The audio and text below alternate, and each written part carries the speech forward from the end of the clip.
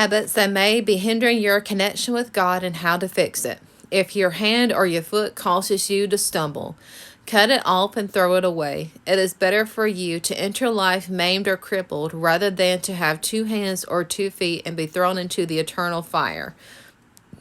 And if your eye causes you to stumble, gouge it out and throw it away. It is better for you to enter life with 1 eye than to have 2 eyes and be thrown into the fire of hell. Matthew chapter 18, verses 8 through 9. Habits play a vital role in both material and spiritual life. Habits do not happen overnight. It takes a certain period of time and maintenance to build a habit. Either it's good or bad. There are certain habits that obstruct your connection with God and what we can do about it. Let's explore each one by one. Extreme greed. Proverbs 25, verse 16. If you find honey, eat just what you need, lest you have too much and you vomit it up. This passage not only says about our extreme desire for food, but our mental starvation towards material things like money, power, prestige, wealth, land, and whatnot. Too much greed will drive us away from God. We lose our innate ability to remain tranquil and contented with what we have. To rectify this habit, we have to learn control our desire by not suppressing them, but by understanding the nature of desire and to restrict ourselves from complaining others' prosperity and stop going for more and more, establish our true being. Number 2, always complaining.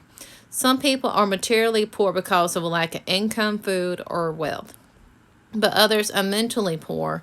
They will be billionaires, but mentally that always find complaints, not only their own, but others too. Even for trivial things, they find faults.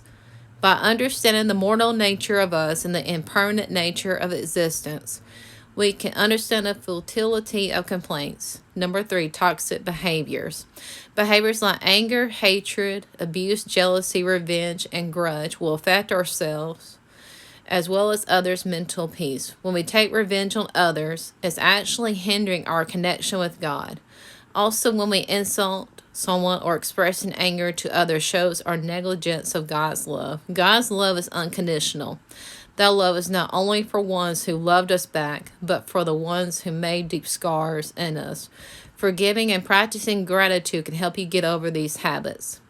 And lastly, laziness or being lethargic. Take a lesson from the ants, you lazy bones. Learn from their ways and become wise.